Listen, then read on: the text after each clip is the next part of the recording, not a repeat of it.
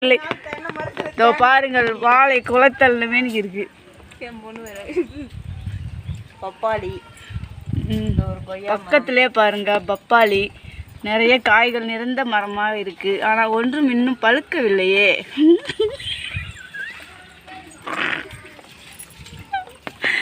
இதோ பாருங்கள், இப்படி பாருங்கள். அப்படியே ஆங்கிள் வந்து இங்கே ஒரு செவ்வாழை, இங்கே ஒரு செவ்வாழை உள்ளது. இந்த செவ்வாழை சிறியதாகவே உள்ளது.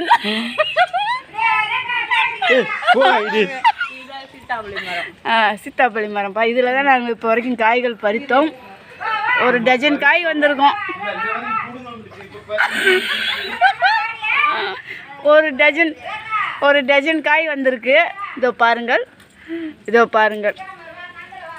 வாவ், நாளை பழுத்து விடும். நாளை இந்நேரம் சாப்பிட்றலாம். அதே போய் சேப்பங்கிழங்கு, இது மல்லி, இது கனகாம்பரம்.